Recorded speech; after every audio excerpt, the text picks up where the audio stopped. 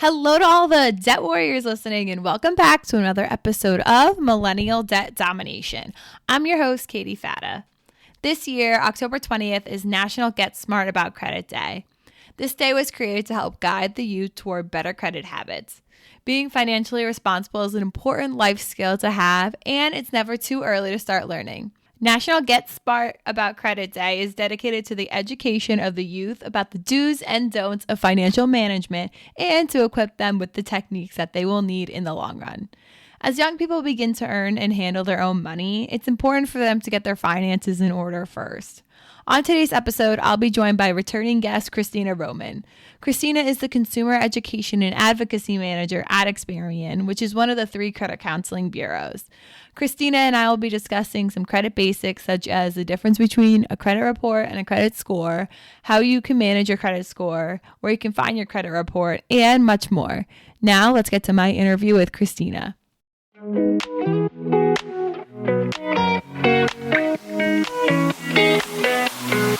Hi, Christina. Thanks for being on the podcast today. Hey, Katie. Thank you so much. I'm so glad to be here. Yeah, I'm excited to have you back as a guest. We haven't had you on in a while, and we're going to be talking about credit today and all things credit. And of course, you're a credit expert. So I'm looking forward to getting the Get Smart About Credit Day podcast going. Yeah, so I'm looking forward to that. So tomorrow is actually Get Smart About Credit Day. So we're going to kind of just get back into the basics of all things credit today. Are you ready? I'm ready. Let's do okay. this. So I guess to get started, before diving into how to maintain your credit, let's establish what credit is and how can you build it. Absolutely. Simply put, credit is obtaining goods or services and paying for them at a later date under agreed upon terms. So common forms of credit include your credit cards, your mortgage loans, maybe your car loans, any other forms of loans like student loans. Other forms include service contracts like utility services, cable television, and telephone services. And it's important to understand that in order to build credit, you have to use it. I think a lot of people don't realize that. So one of the simplest ways to build credit is to open a credit card, or even if it's a credit card with a low balance, to charge your grocery bill or to use it to fill your gas tank and pay it off at the end of the month. And by making small charges and paying them off, you're going to build a credit history and avoid paying interest fees on your credit cards. And you may even earn rewards points depending on the credit card that you have. Yeah, that's a good point to bring up too, is that you actually have to use your credit card in order to establish your credit. And, you know, as you said, making sure you pay it off at the end of the month is super important. Yeah, because who wants to pay interest? Exactly. Yeah. That, and also, it can affect your credit score if you're not paying it off at the end of the month. Yes. So, so I think knowing about your credit score can be one of the first steps toward getting smart about your credit. So where can someone go about checking their credit score? There are actually a lot of ways that you can check your credit score today. So you can sign up for a credit monitoring service like Experian's free monthly credit monitoring service, which will give you access to your FICO credit score for free once a month. You can also sign up to receive your credit score through many of your credit card providers.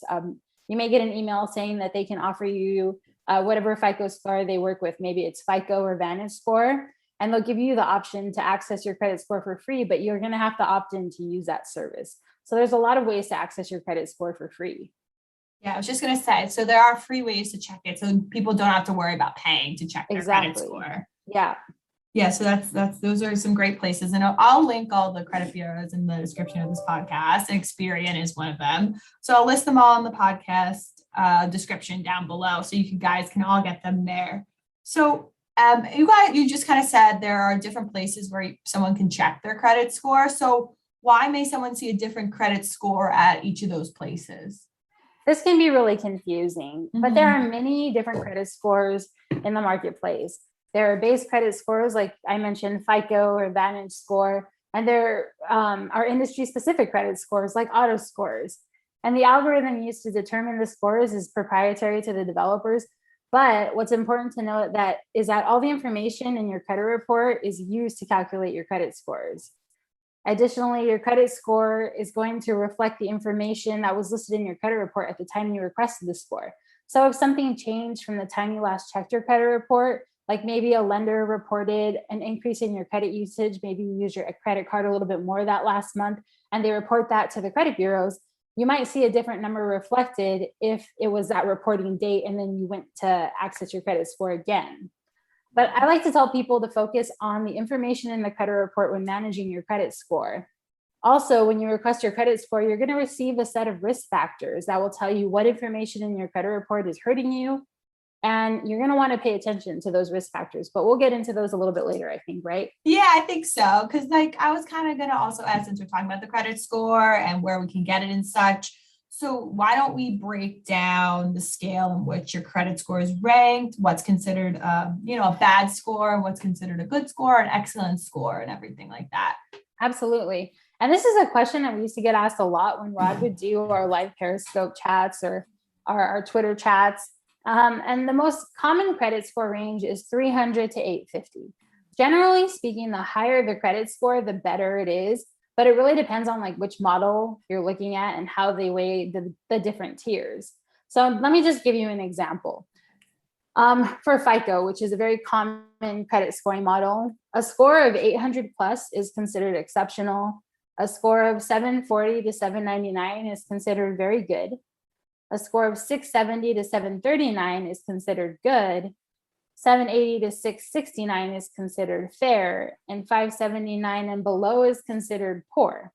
Nice. Whereas VantageScore, a score of 781 to 850 is considered excellent. A score of 661 to 780 is considered good.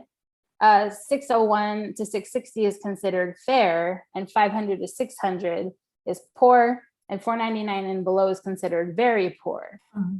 So just to illustrate how the two models differ, to jump from poor to fair with VantageScore, you have to have a minimum score of 660, whereas you're going to jump into the fair category with FICO at 580. Mm-hmm. So it'll take a little more work there.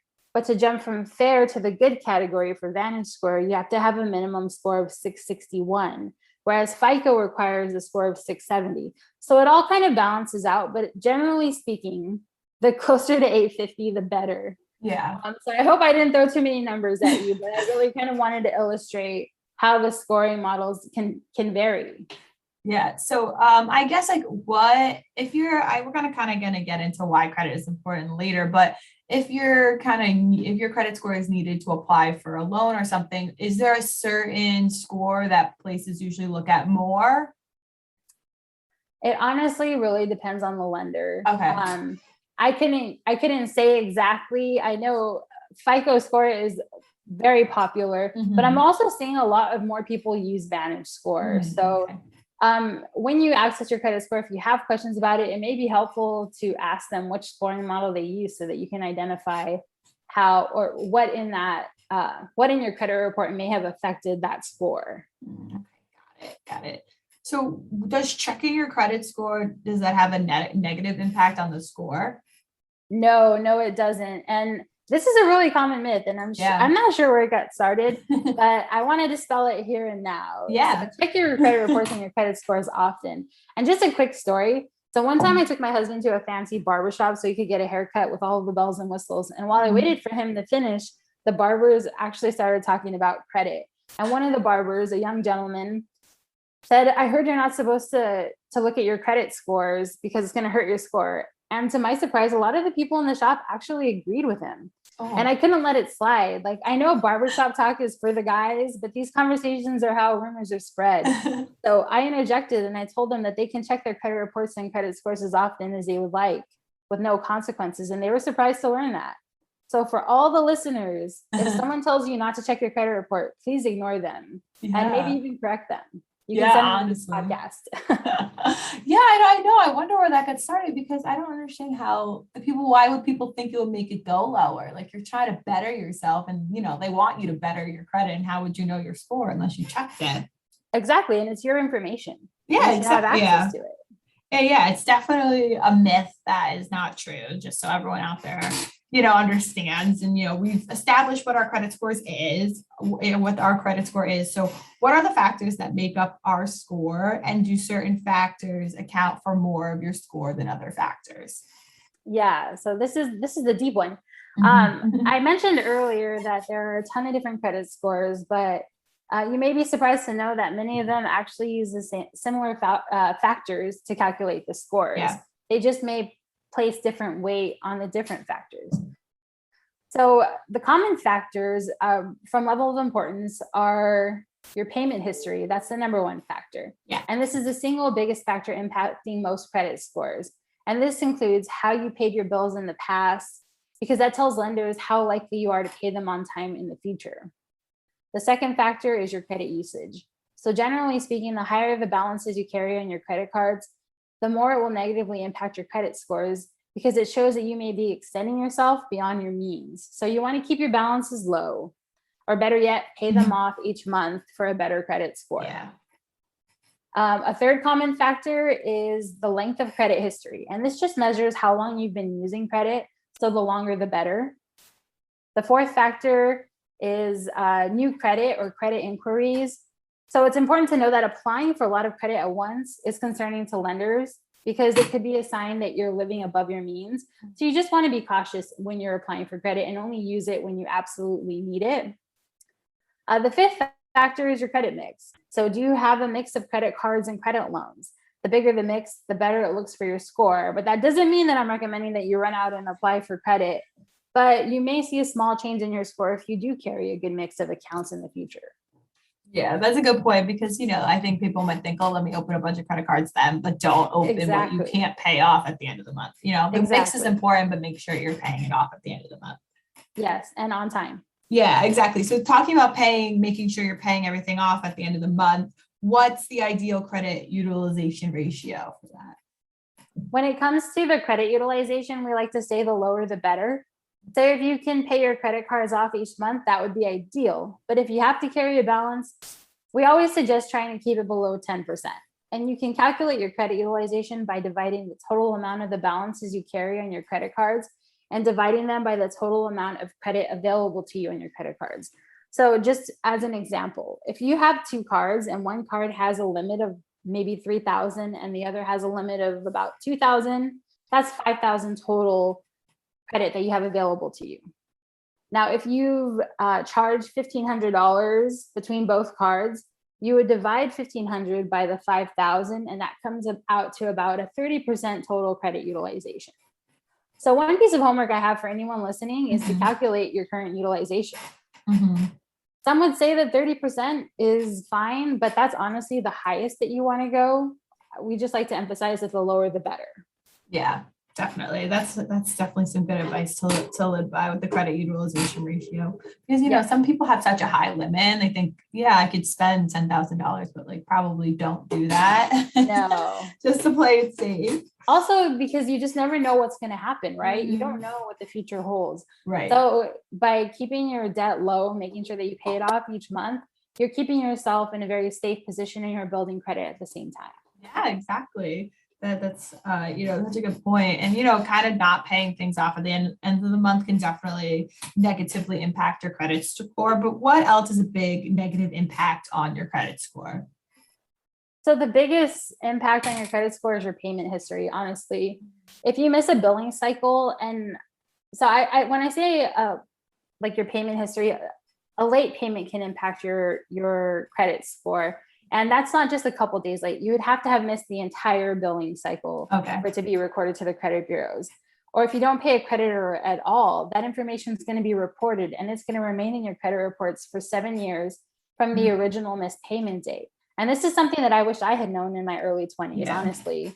I figured out that the worst that would happen was that I would pay late fees. And I had no idea that those mistakes would stick with me for so long. So definitely pay your bills on time. If you're struggling, try to pay at least the minimum payment and talk to your lenders.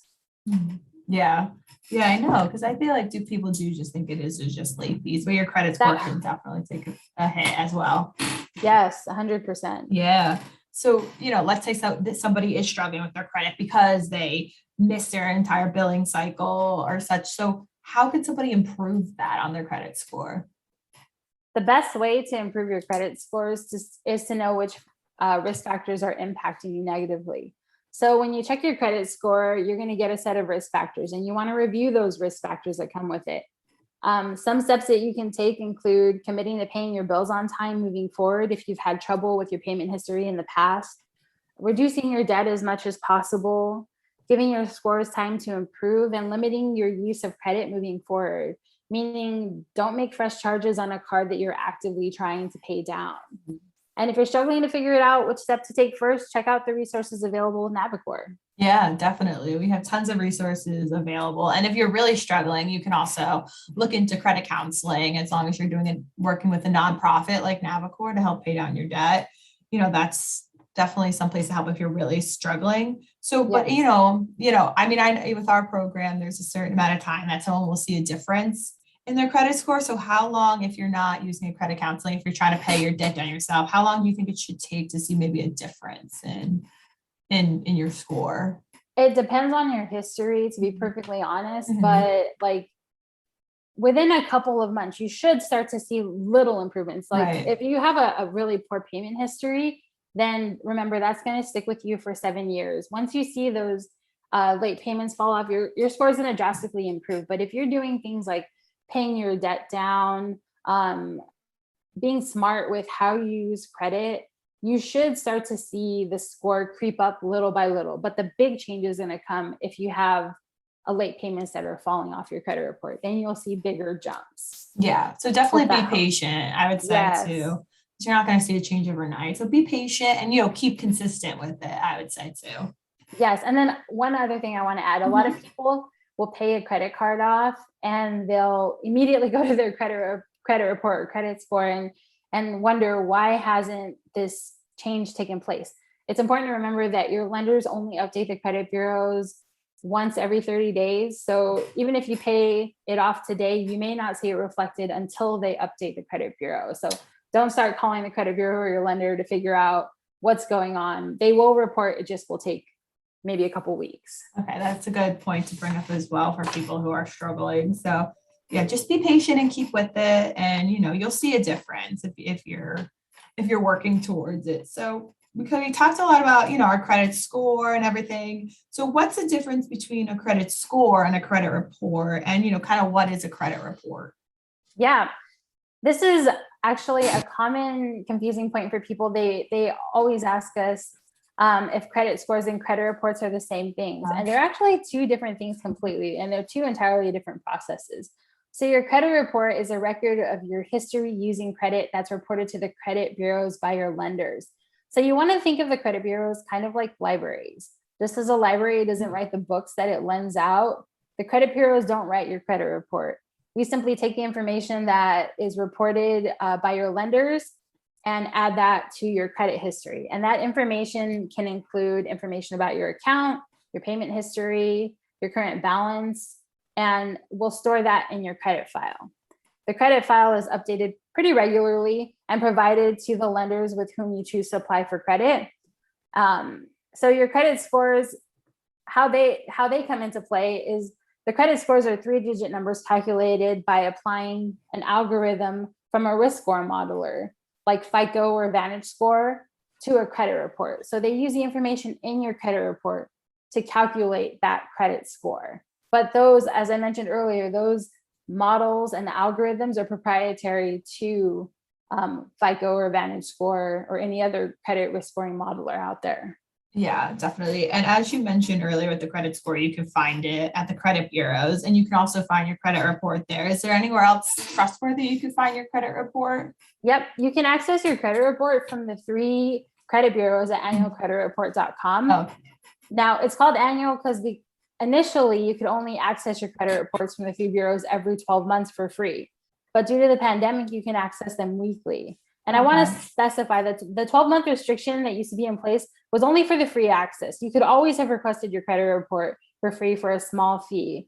But now there are many free resources that you can access your credit report. Like I mentioned earlier, Experian's credit monitoring. So you could access your Experian credit report for free once a month. Okay. Okay, I'll make sure to link that in the description down below as well, so people can get it there if they're interested in their credit report. So it was only because of that only since the pandemic you can get it every month. It wasn't before that, right? No, you can get it now every week. Every week. Oh wow. Yeah. Okay. Via annualcreditreport.com. Before it used to be only once every 12 months, but because of the pandemic, we wanted to give people access to their information as often as they needed, so they could access it weekly. But remember, your lenders only report to the credit bureaus once every 30 days. So you're not going to see much change from week to week until they report. Right. As you just said, they only report every 30 days. So is that how often someone should check their credit report, or less or more? What do you think? If you're looking for a specific change, I would say yes. Okay. But yeah, we recommend checking your credit report at least twice per year. And your creditors are typically going to update it 30 days, but you can stay on top of that information. But by checking your credit report often, you're staying on top of the information being reported about you to the credit bureaus. And by checking your credit reports regularly, you can spot signs of identity theft or fraud. So that's another benefit of checking your credit report, not just to look for change in your credits, in your credit history or your credit score, to spot signs of fraud. Yeah, definitely. That's important. If you see fraud or identity theft or some sort of error on your credit report, you should definitely report it. So what should you do? How would you go about doing that if you see anything that's not supposed to be there on your credit report? Mm-hmm. Yeah, if you find errors on your credit report, you can always dispute them. So during the dispute process, the credit bureau is going to act on your behalf to verify the information being reported by your lender. And your credit report comes with dispute instructions, but we encourage consumers to get their report directly from the credit bureau that they're filing the dispute with. So for example, if you're filing with Experian, you can go to experian.com/dispute and complete the requested information to access your credit report online. And then you could use the toll-free number on the report to access customer service. And you would use the report number to identify yourself and your records so that you and the customer service representative can see the same information in the same order. So that's why we advocate for getting your report directly from the bureau that you're disputing with. But it's also easy and secure to dispute items online. So once you have your credit report pulled up, you can click on the dispute button next to the item you wish to dispute and follow the instructions. Just remember to be specific when you're requesting a dispute, and upload any supporting documentation. And once the dispute has been filed, the bureaus are required by law to give the lender 30 to 45 days to respond to the dispute. But the average processing time is much shorter, like 10 to 14 days or even less. Okay. Yeah, that's good, because if you see an error, I'm sure it's definitely terrifying, because you don't want your credit score to be ruined because of that. So exactly. Yeah. So definitely, you don't want your credit score to be hurt, because, your credit just impacts so many big life decisions. So how does your credit affect, wanting to make big payments and such? Yeah, credit can play a huge role in helping you achieve your future financial goals, because the truth is that most people can't afford to pay for a car or house with cash outright. So how you manage your credit today is going to dictate if you qualify for a loan at an affordable rate in the future, or if you're going to have to pay an outrageous interest rate or be denied outright. And I can tell you that I know firsthand what it's like to have a dealership tell me that I needed a cosigner, or that I'd have to purchase a car at a 19% interest rate because I hadn't managed my credit well. It doesn't feel good. But the great thing about your credit history is that you can always work to improve it. Yeah, no, that's definitely, some good points. Credit is so important. And I think we did a really great job today about, breaking down the credit score and report, to kind of help my younger listeners, understand what it is before they start their financial life. So thank you for joining me on the episode today. Absolutely. Thank you so much for having me. I always appreciate when you invite me to be a part of this. Oh, yes. Thank you so much. You're so knowledgeable about the topic, especially about credit. So I was really glad to have you, and we'll obviously have to have you back in the future. Absolutely. Anytime. Yeah. Thank you. Thank you.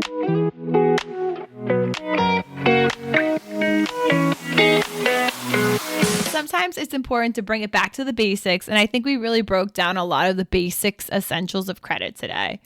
When you open a new line of credit, you need to ensure you're utilizing it. If you're not utilizing it, you're not building credit. You can check your credit score at the 3 credit bureaus, Experian, Equifax, and TransUnion, or you can check it at FICO or VantageScore for free. Since there are many different places to check your score, you might see a different score at different places. Don't panic if you see this. This is totally normal because different places use different scoring techniques to calculate your score. Your credit score ranges from 300 to 850, and the higher number your score is, the better. Checking your credit score will not negatively impact it. Payment history is the most important factor in your credit score, so stay on top of payments in order to maintain a good to excellent score. If you're working on building a better score, be patient. Your credit report and score are 2 completely different things. Your report will include your account history, past payments, etc., whereas your score is a calculation of your credit usage. Monitor your credit at least every month to stay on top of any fraud, identity theft, or errors.